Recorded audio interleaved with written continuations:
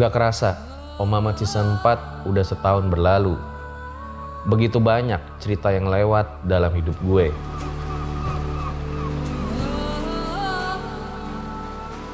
Kira-kira episode mana yang terbaik menurut kalian? Well, mari kita mulai episode terakhir Om Mamat Season 4.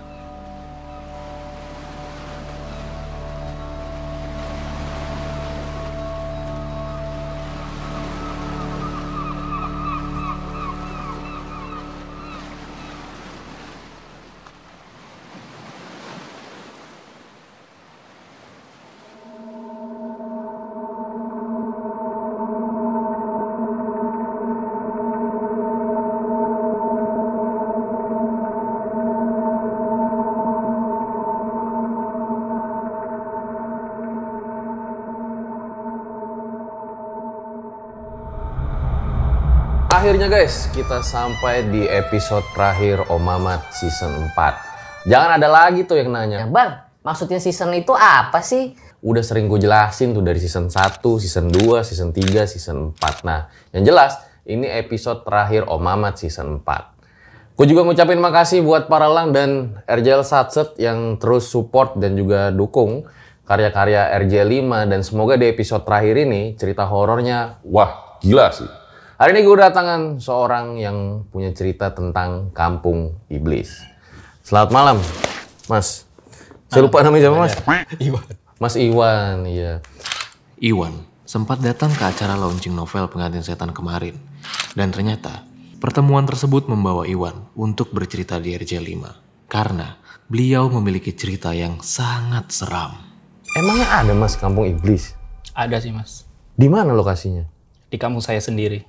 Katanya ini di kaki gunung Jawa Tengah gitulah ya? Ya lebih tepatnya di daerah Tegal. Di daerah perbatasan Tegal. Tegal dan Pemalang. Kenapa disebut kampung iblis? Karena kejadian-kejadian yang sangat masif dan intens terkait hal-hal mistik dan terutama praktek-praktek kayak dukun, santet, segala macam itu semua ada, Mas, di situ. Kearifan lokal, urban legend di situ ada semua. Makanya dari kita sebagai warga di sekitar itu menyebutnya tuh desa iblis. Desa iblis. Yang paling serem kayak gimana tuh, Mas? Nangkep setan, Mas. Rame-rame. Nangkep setan rame-rame. Wow. Oke. Ditahan dulu ceritanya ya, Mas Iwan nih. Penasaran kayak gimana ceritanya? Langsung aja kita mulai. Berikut adalah ceritanya.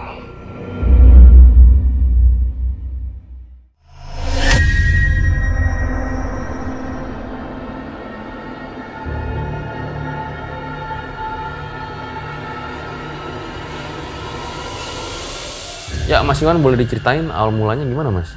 Ya, awal mula dari penyebutan desa iblis tersebut memang desa itu kan desa terpencil ya, Mas, di daerah Jawa Tengah, lebih tepatnya di kaki gunung, salah satu di Jawa Tengah.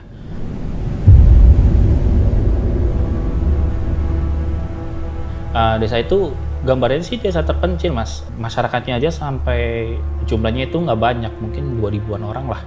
Dan desa itu kondisi daerahnya itu memang nanjak, Mas. Jadi daerah pegunungan. Jadi kayak modelnya tuh pertanian terasering. Jadi rumahnya tuh kayak berpapan-papan gitu. Dan masih banyak rumput-rumputan segala macam. Pohon-pohon besar juga masih ada. Jadi memang terpencil sekali desanya.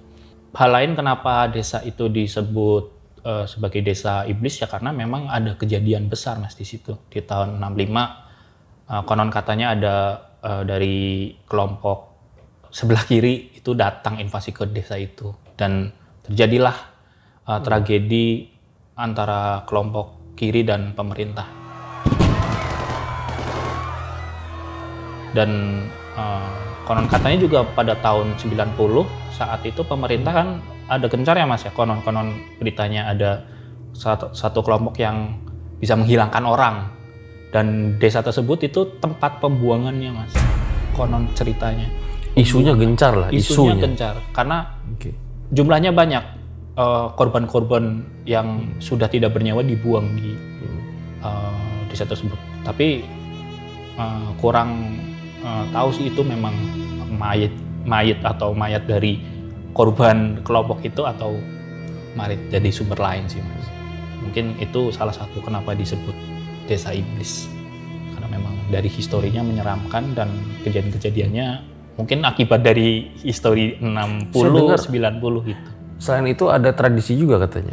Iya, untuk tradisinya sendiri kita di desa tersebut ada namanya siweran mas, di mana siweran ini dilakukan oleh seluruh masyarakat di desa beramai-ramai untuk mendoakan seluruh desa agar jauh dari hal-hal negatif, karena adat siweran itu dilakukan untuk mengusir-ngusir kejadian-kejadian mistik yang nggak masuk akal mas, kayak kematian yang sangat masif, jumlahnya banyak, dan kematian yang tidak wajar, kecelakaan yang tidak masuk akal juga gitu. Jadi memang adat itu dilakukan ketika dibutuhkan, bukannya tiap hari atau tiap bulan atau tiap minggu, tapi memang hanya untuk momen tertentu.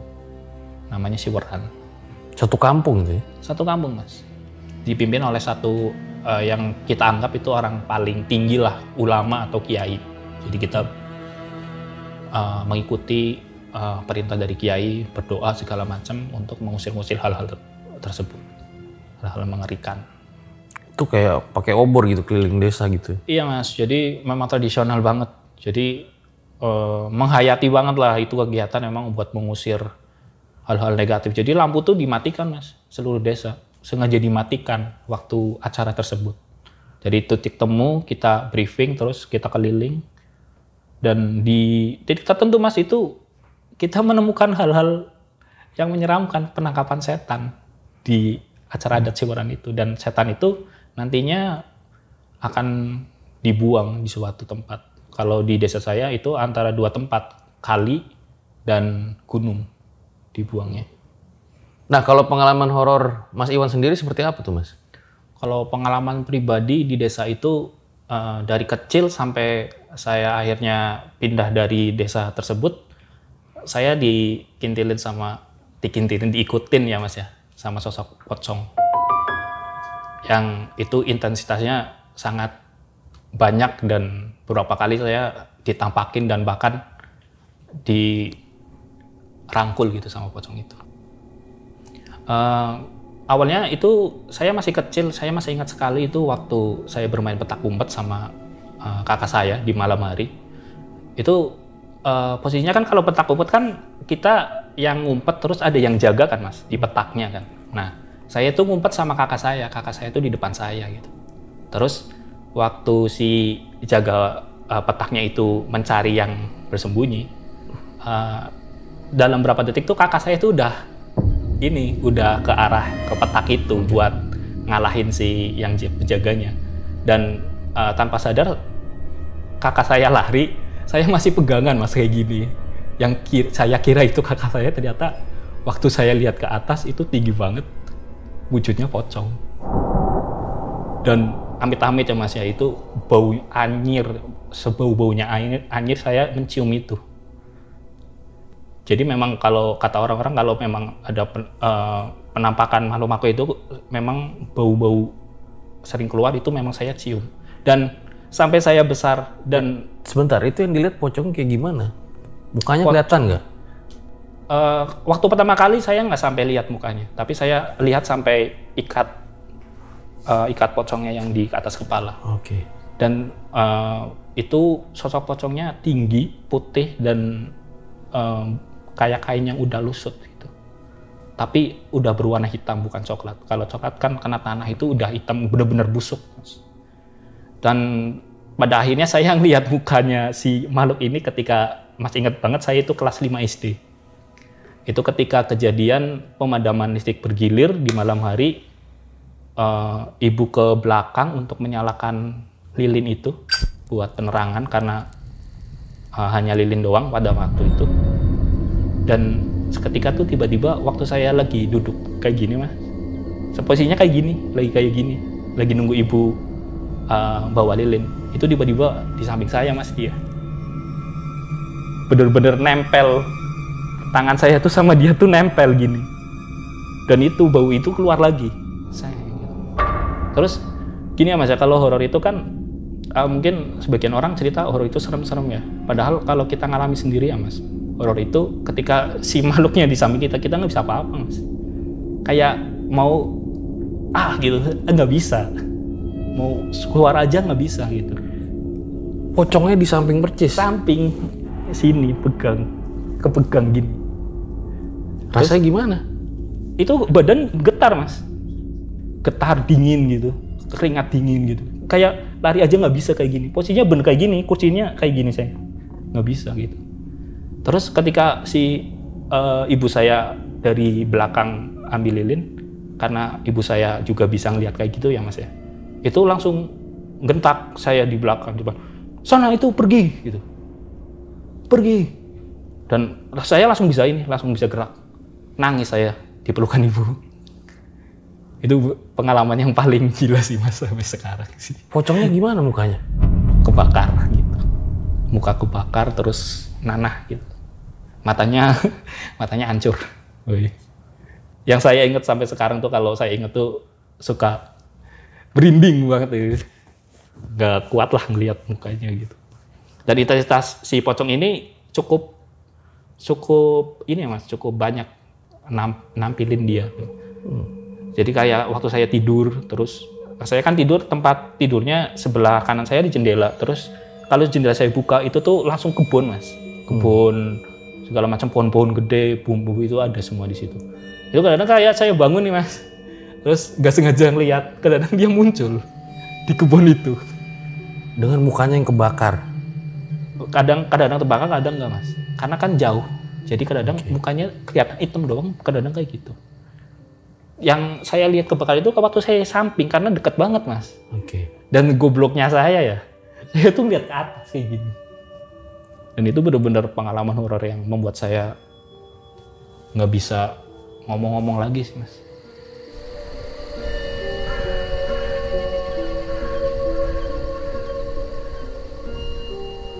Di awal saya mengetahui cerita horor itu dari kakak saya, Mas Fajar.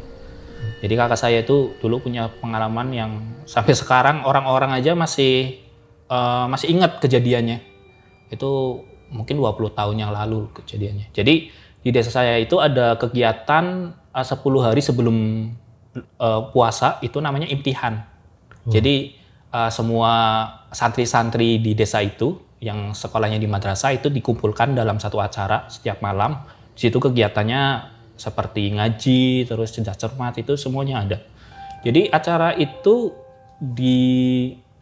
mulai dari Isya sampai jam 1 pagi, jadi malam hari. Jadi singkat cerita, setelah acara selesai, kakak saya itu pulang ke arah rumah saya yang jaraknya tuh madrasahnya itu kurang lebih 40 meter lah dari rumah saya. Dan saat itu keadaannya itu rame mas. Jadi bapak saya juga nunggu kakak saya pulang, karena kan masih kecil kan ya, ditakutkan kesasar atau gimana. Tiba-tiba menurut kakak saya waktu itu, ketika ke arah pulang, itu penglihatan dia kabur mas. Jadi kayak kabut menutupi seisi desa itu. Dan bener kakak saya pulang sendiri, dan orang-orang tuh ngeliat kakak saya jalan sendiri mas di daerah itu, di acara itu. Dan bener itu ketika kakak saya mungkin 10 atau 20 meter sebelum nyampe rumah saya, itu dari belakang tuh ada suara gigi kayak gitu. Dan benar ketika kakak saya lihat ke belakang, itu ada sosok yang menyerupai tengkorak besar. Itu kakak saya dikejar sama tengkorak.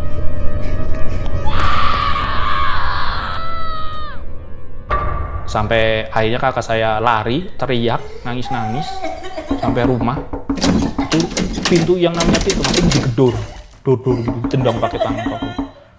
Mau, nangis. Pokoknya dia nangis, senangis-nangisnya. Dan waktu dibukakan pintu, itu saya bangun juga mas, karena itu saya masih kecil, saya masih ingat banget itu kakak saya nangisnya, saya lihat kakak itu di situ.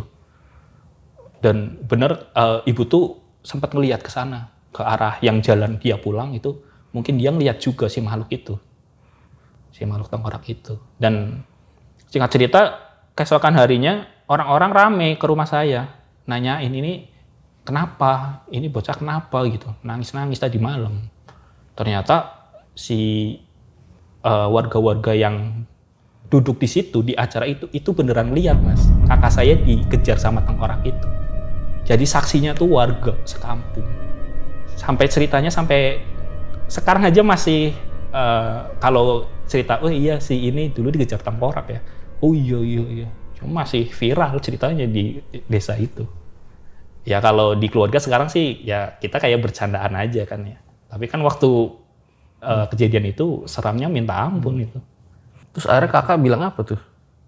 Kalau kakak sih emang orangnya denial sih Mas. Tidak ingin mengungkap hal-hal yang seram gitu.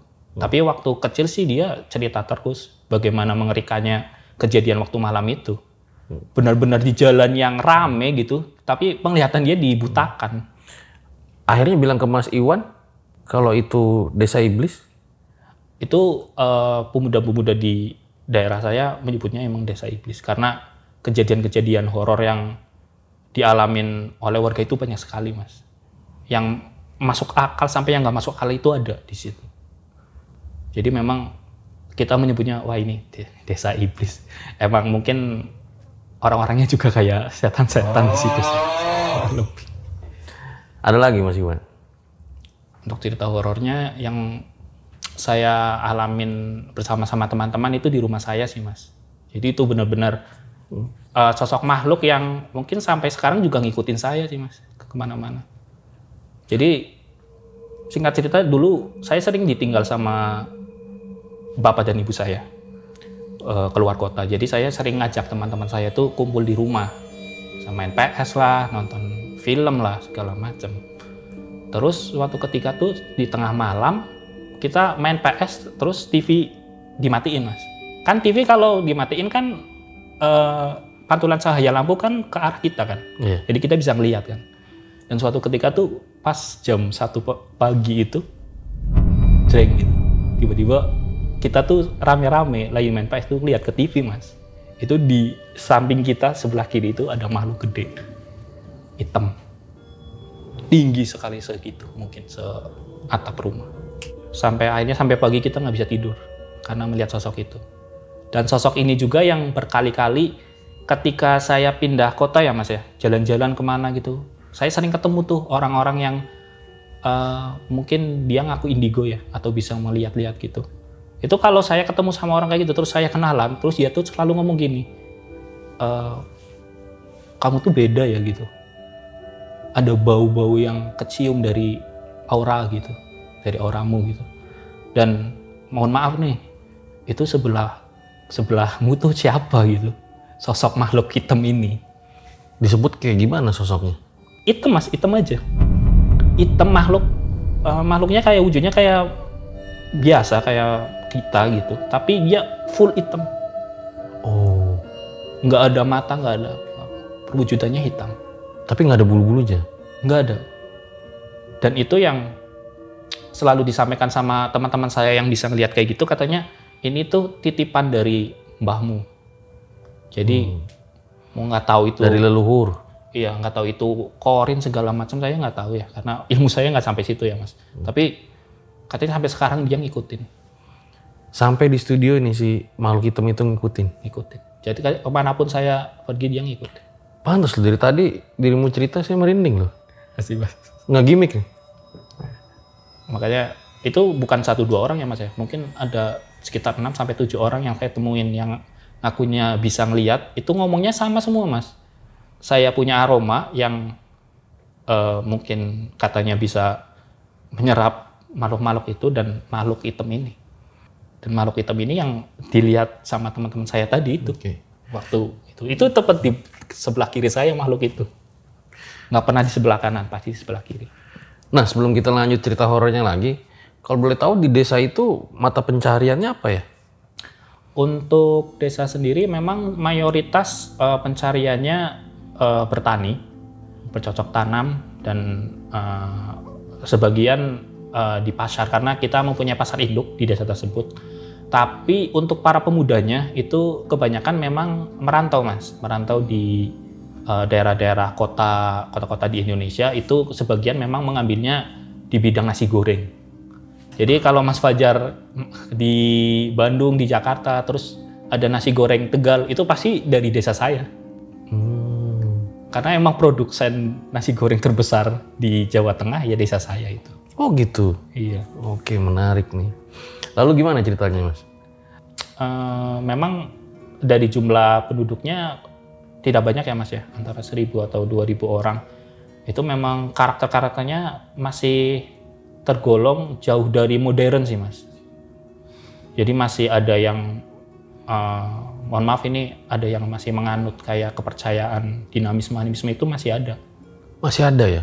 Iya, salah satunya itu sesajen itu masih ada Mas di daerah saya. Sesajen ke kayak taruh di batu gitu? Ditaruh di batu, di pohon, ditaruh di rumah yang udah nggak dipakai itu masih ada. Dan singkat ceritanya sih memang dulu saya sama teman-teman saya malah menemukan kayak mohon maaf gitu ya. Kalau saya salah nyebut itu ada ajaran tertentu Mas di desa itu. Tapi saya nggak tahu ajarannya apa. Tapi saya waktu bermain di sawah, saya kesasar sama teman-teman. Itu ada pohon beringin gede, segede-gedenya pohon beringin. Saya itu ngeliat sekali doang tuh di daerah itu. Terus waktu saya mau lewat situ, itu ada mobil bagus-bagus banget Mas. Itu kayaknya mobil bukan Avanza lah, mungkin pokoknya mobil-mobil bagus lah. Waktu itu saya kok heran gitu, kok di daerah pelosok, di daerah tengah-tengah sawah itu kok ada mobil-mobil kayak gini. Ternyata waktu saya lihat itu ada orang lagi kayak gini Mas, semedi gitu, di pohon itu ngelilingin kayak gitu.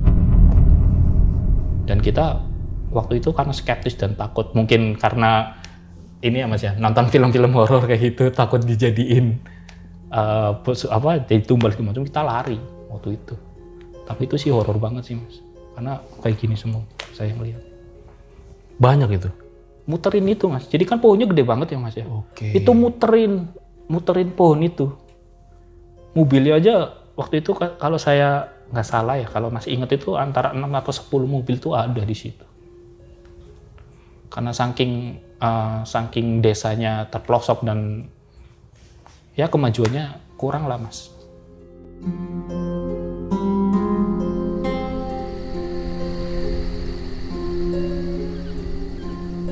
Untuk cerita horor yang ada di kampung sebenarnya lebih menyeramkan di rumah saya sih Mas.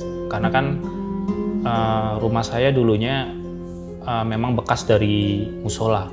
Lebih tepatnya musola perempuan. Karena di desa saya kan musola perempuan dan laki-laki dipisah ya Mas. Jadi cerita horornya itu yang dialamin oleh ibu saya sendiri. Kebetulan ibu saya emang orangnya punya sixth sense ya, atau bisa melihat hal-hal goib. Bisa hal-hal goib gitu, bisa merasakan, bisa melihat gitu. Jadi ibu cerita ke anak-anaknya, terutama ke saya itu dulu waktu awal menempatin rumah itu kan sebelum tahun 95, berarti belum ada listrik kan. Jadi masih pakai ceplik, kalau di sini namanya apa ya Mas ya? Lampu yang Petromax? Ya mungkin itulah ya. Kalau di saya namanya ceplik. Jadi ketika dia sudah masuk sholat maghrib, dia pakai ceplik tuh ke kolam, ke WC gitu buat ngambil air wudhu. Dan itu baru malam pertama Mas di rumah itu, tiba-tiba ada yang manggil dia. Gitu, manggil gitu. Namanya 3 kali. Terus dia nyari kemana, ini suara siapa yang manggil gitu. Dikira mungkin nenek saya, mertuanya kan. Terus dari kanan kiri nggak ada, belakang depan nggak ada. Terus dia baru sadar suaranya itu dari atas Mas, dari atas tempat wudhu itu. Dan ketika dia ngeliat, ternyata itu ada sosok makhluk yang lagi terbang, tapi nggak ada mukanya, manggilin dia. Jadi waktu si ibu saya lihat ke atas itu, dia pasti manggil. Terus karena mungkin emang ibu saya dari kecil udah mengalami hal kayak gitu, ya cuman bisa kayak, kalau mau kenalan ya nggak apa-apa kenalan gitu. Oke lah, orang baru juga di sini kan. Itu sih ibu saya. Kalau cerita lain di rumah saya sendiri itu suami dari kakak saya, kakak ipar saya. Kebetulan juga Mas, itu kakak cowok saya, dari suami dari kakak saya itu, dia juga indigo juga. Jadi plak, ibu indigo, kakak indigo. Ya udah. Singkat cerita waktu awal nikah itu langsung mas, langsung ditampakin di rumah tersebut, di rumah saya. Jadi waktu kita maghrib habis sholat jamaah, kita makan bareng di ruang tamu, terus kakak saya itu di dapur berdiri lama gitu, melihat ke dapur gini. Terus dipanggil kan, sebut saja kakak saya namanya Ang lah gitu. Ang, sini Ang, makan gitu. Ngapain berdiri di situ? Enggak, itu di dapur. Ada apa Ang? Itu ada bocah kecil lagi duduk katanya. Sedangkan di waktu itu nggak ada anak kecil di keluarga saya gitu. Jadi langsung dikenalin kakak ipar saya. Dan bahkan sebelum menikah aja, ketika zaman-zamannya masih ta'aruf sama kakak saya, itu ketika dia pertama kali ke rumah mas, waktu dia mau pulang ngambil motornya, itu jadi rumah saya kan di sebelah kanan pojoknya itu ada pohon mangga kan, itu masih lebat sampai sekarang. Itu waktu dia mau pulang itu ada makhluk mas, setinggi pohon itu, terus ngumpet di pohon gini, ngeliatin kakak saya. Terus Itu yang hitam tadi? bukan. Beda lagi? Kalau saya kan mungkin setinggi atap rumah kan. Itu setinggi pohon mas. Pohon kan 3 meteran. Itu makhluk katanya kurus tapi tinggi mas. Kalau genderuwo kan mungkin perwatakannya gede dan berbulu gitu kan. Itu tinggi. Katanya matanya merah ngeliatin dia gitu. Itu kalau cerita dari kakak ipar saya. Kalaupun cerita-cerita lain horor, kalau di desa tersebut... Yang pocong lagi gimana tuh? Ada mas. Tapi ini yang ngalamin semua masyarakat. Dan menjadi isu terbesar pada tahun itu. Kurang lebih waktu saya SMP lah, kelas 8, kelas 7. Jadi dulu sempat marak pesugihan melewati si pocong-pocong tersebut. Salah satunya tuh ada pesugihan yang menggunakan ludah pocong di desa saya. Jadi kasusnya si pocong ini keliling desa mas. Keliling desa terus nyari orang yang di rumahnya itu sandal atau sepatunya nggak dimasukin. Jadi kalau ada sandal di luar rumah itu bakal dia ludahin. Diludahin terus keesokan harinya ketika si punya sandal ini make, berapa hari kemudian langsung meninggal. Itu pesugihannya di desa saya. Itu ramai sekali pada tahun itu. Ludah pocong kayak gimana? Pernah ada yang lihat? Ya pokoknya kalau secara dilihat sih kayak ludah biasa mas. Nggak ada yang membedakan si ludah ini sama ludah orang biasa, ini nggak ada yang membedakan. Tapi ketika diinjak itu lengket kan mas. Jadi kayak ngecap gitu, kayak menandai ini korban saya gitu. Dan itu korbannya waktu tahun itu banyak sekali. Pernah ada nggak yang lihat si pocong yang lagi ngeludah itu? Ada saksinya. Beberapa orang lihat emang si pocongnya tuh berdiri di depan rumah gitu. Terus membungkuk kayak gini. Keluar cairan. Desa itu tuh bener-bener. Banyak yang lihat penampakan pocong itu? Banyak mas. Bahkan menjadi kayak topik utama di kampung itu. Kalau akhirnya kayak ketua desa atau RT itu mewanti-wanti ke warganya kalau wajib kalau mau kunci pintu atau mau tidur, sepatu atau sendal itu harus dimasukin, jangan ditinggal di luar. Itu hukumnya wajib waktu itu. Sampai segitunya ya? Sebetulnya mas, makanya kita tuh nyebutnya desa iblis karena bener-bener. Pernah ada nggak yang menyeramkan. Mas Iwan tahu gitu ya dari awal sampai akhirnya tuh dia jadi meninggal gitu isinya? Biasanya sih korban-korban meninggal ini memang di satu lain pesugihannya mas ya, itu persaingan juga mas. Jadi kayak persaingan usaha gitu, si orang A si orang B jualan terus bertengkar, akhirnya si A ini kayak mungkin transaksi mistik gitu ya sama dukun gitu, korbanin si ini aja si lawan saya buat lewat ludah pocong tadi itu. Betul mas. Jadi ada kayak kontrak gitu, ada kontrak. Bahkan sampai akhirnya ada warga yang ketahuan pesugihan itu, akhirnya disumpah pocong di desa tersebut. Sumpah pocong kan secara nasional kita tahu ya Mas ya, kayak gimana gitu, membuktikan orang ini benar atau enggak gitu, melakukan hal-hal mistik seperti itu. Oh iya Mas, selain ludah pocong itu, juga ada di desa saya dulu ramai itu pocong hitam Mas. Kalau si pocong ini lebih serem. Kalau tadi kan ludah terus tinggal kan. Kalau si pocong hitam ini, kalau semisal Mas Fajar ketemu sama makhluknya, dikejar Mas. Sampai dapat. Itu juga marak banget waktu itu. Jadi konon katanya kalau saya kan belum ketemu sama makhluknya ya. Mungkin kalau saya ketemu sama makhluknya, saya udah nggak hidup kali saat ini. Gimana cerita yang tersebar tuh? Jadi waktu berita itu gencar di desa tersebut, nggak ada yang berani keluar setelah Isya Mas. Jadi udah sampai Isya udah masuk rumah, nggak boleh keluar. Jadi saksinya dulu ada seorang bocah kayaknya kalau nggak salah ya, sama emaknya sama ibunya tuh beli gorengan Mas, di atas jam 7 malam di desa itu. Jadi tiba-tiba dari belakang tuh udah ada si makhluk itu. Katanya perwujudannya sih seluruhnya hitam dari atas bawah, bener-bener hitam. Terus mukanya itu tahu barong nggak Mas? Barong? Iya, makhluk mitologi dari Bali. Kayak leak gitu? Iya, leak gitu. Nah itu, wajahnya kayak gitu katanya. Oke. Jadi si dua orang itu dikejar sampai rumah. Serem banget ya, udah kayak leak, bentukannya pocong lagi. Iya, dikejar sampai rumah Mas. Sampai gorengannya tuh jatuh. Dikejar gimana? Lari, lompat, apa melayang? Konon katanya si pocongnya tuh terbang Mas. Nggak lompat, nggak lari. Terbang gitu. Kayak jalan di eskalator gitu. Konon katanya. Saya juga si penampakan pocong yang tadi yang ngikutin saya dari kecil Mas. Itu tuh terbang Mas. Nggak loncat-loncat gitu, nggak lari gitu. Nggak, dia tuh terbang. Itulah Mas, kurang lebih hal-hal pocong yang... Gimana lagi cerita yang pocong hitam lagi Mas?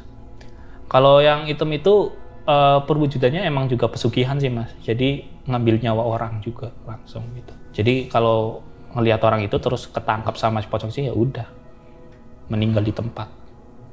Tapi alhamdulillah sih pada waktu itu nggak nyampe Mas, nggak nyampe ada korban si makhluk hitam itu. Dan kegiatan siwaran tadi itu ya langsung dilakukan sama desa untuk membuang-buang pesugihan ini.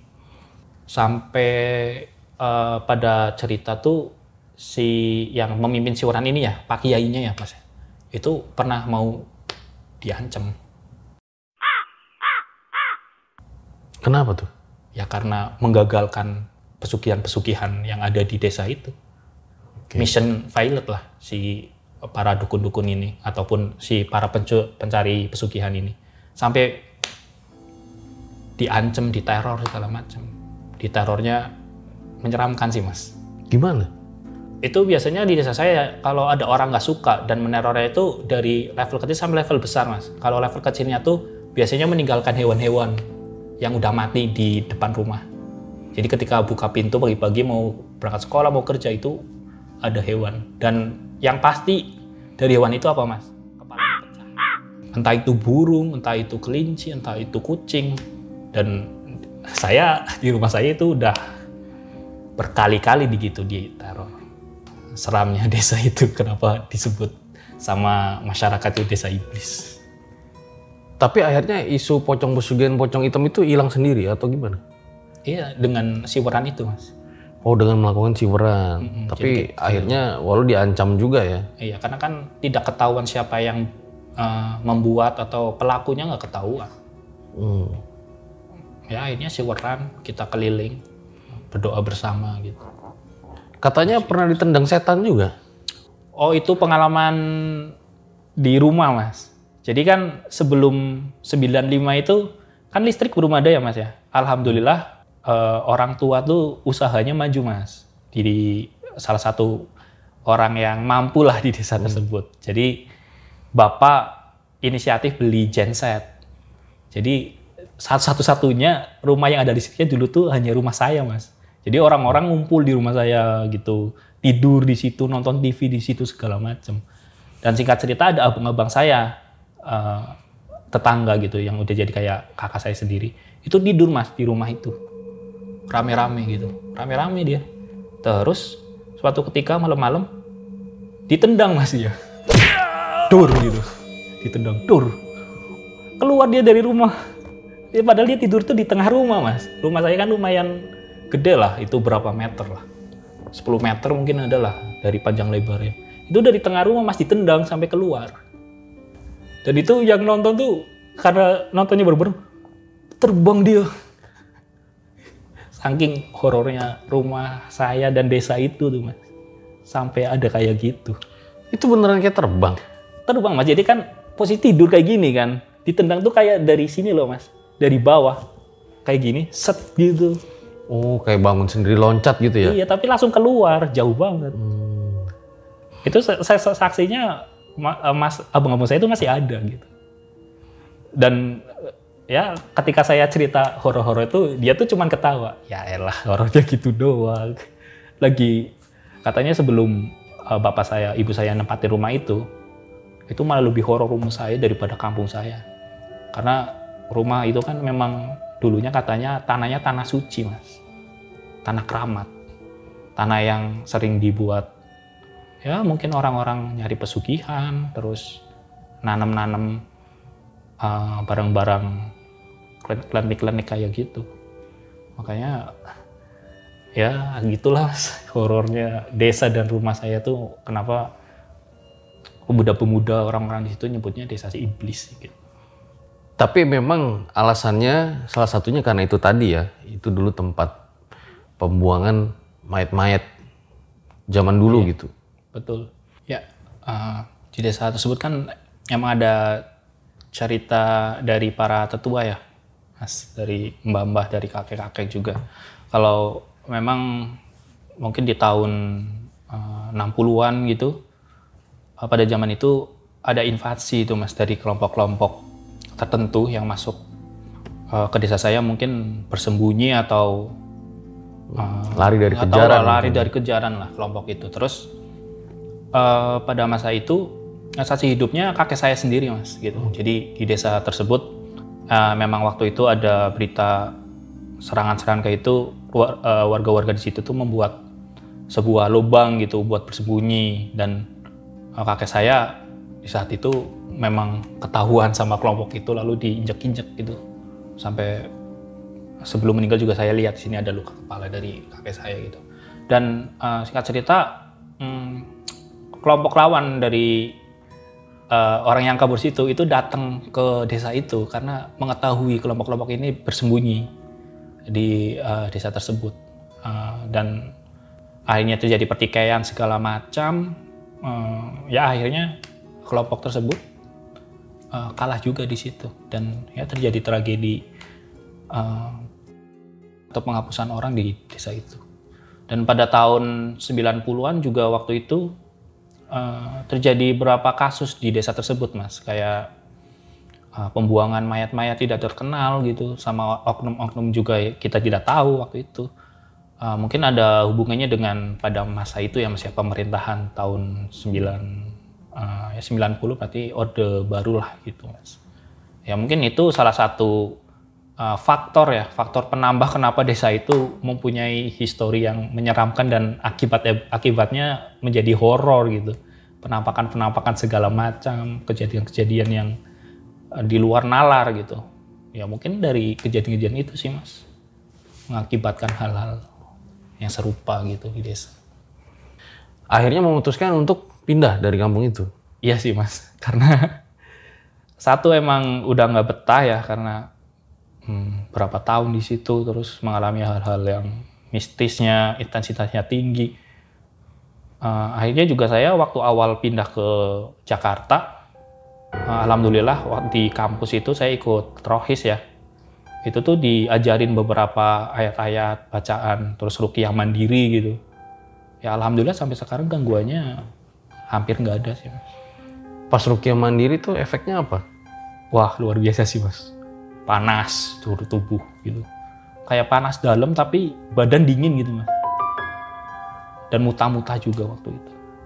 Tapi nggak tahu kenapa sih makhluk ini tuh masih ada walaupun sudah diruqyah ya Mas. Ruqyah mandiri tuh. Mandiri. Terakhir ketemu yang si makhluk hitam itu kapan? Terakhir itu tahun 2018 Mas. Itu horor tapi bercampur hal lucu juga sih Mas. Kadang-kadang ada hal lucunya juga gitu di horor-horornya. Gimana tuh? Saya masih ingat itu 2017 acara sebelum kakak saya nikah sama yang ipar indigo tadi. Jadi acara rumah rame Mas. Jadi saya kan punya adik nih si Bontot, masih kecil gitu. Dia tuh hobi makan tempe Mas. Dan kalau makan tempe tuh dia pasti minta 5. Suatu ketika saya lagi beres-beres segala macam buat acara, adik saya nangis.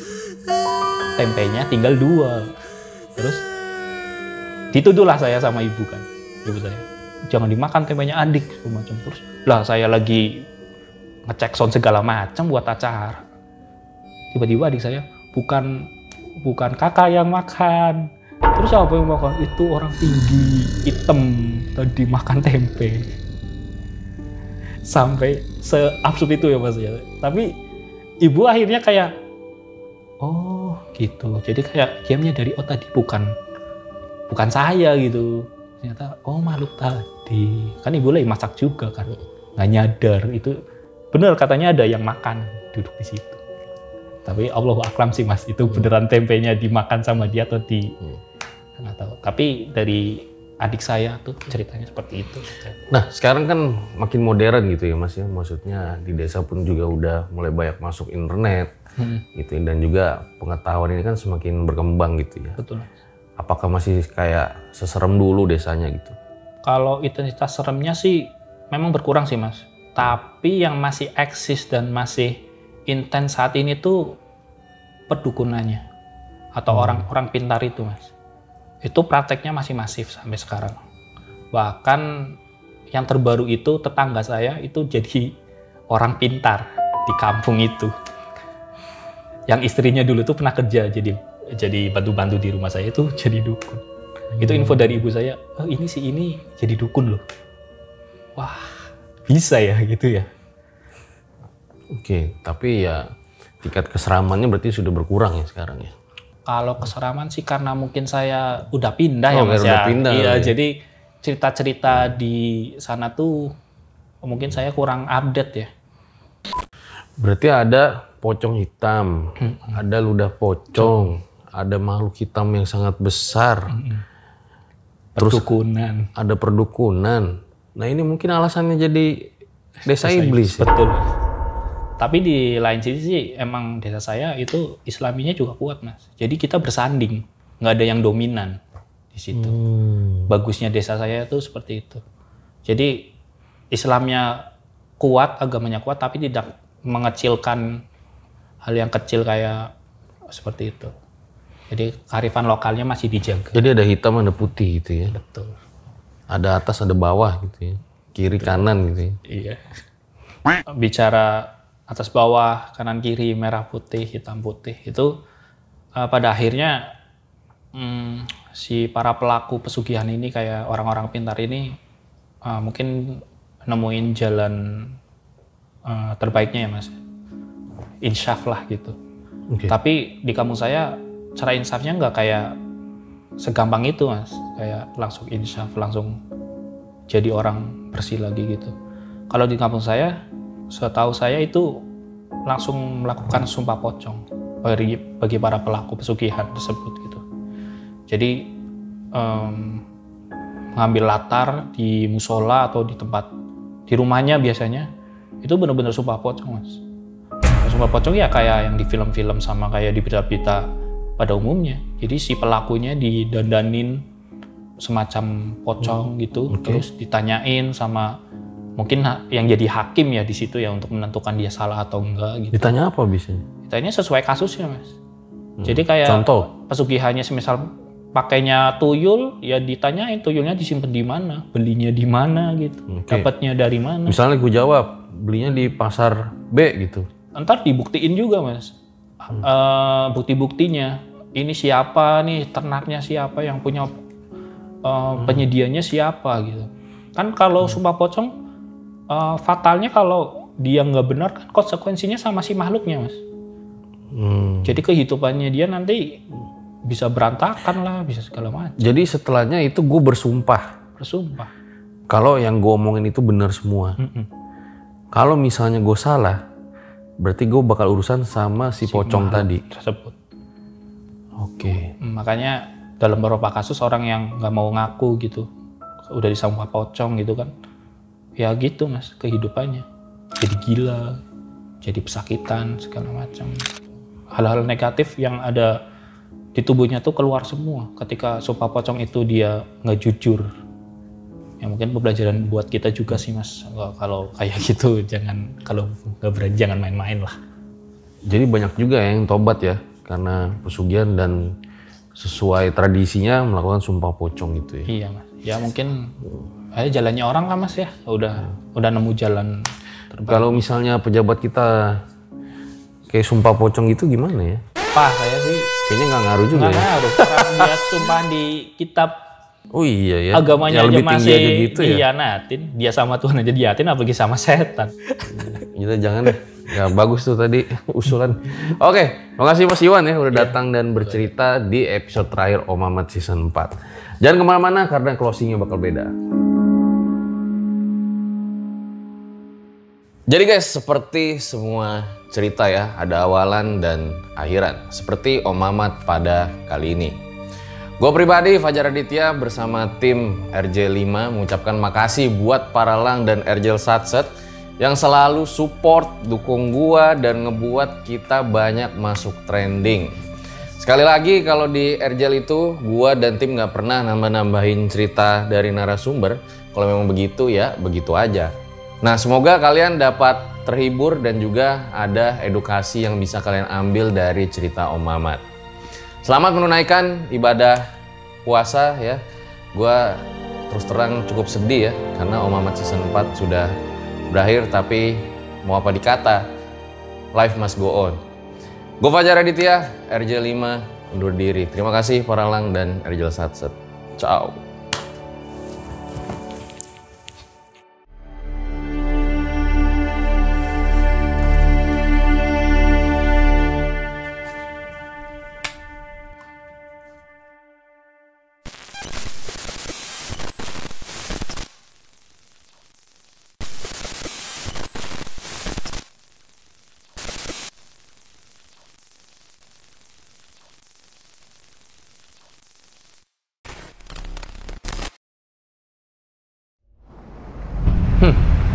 Season 5 bentar lagi mau mulai. Makanya gue butuh tumbal. Siapa tahu gue bisa jadi gubernur alam goib. Makanya orang jelek ini bakal gue tumbalin.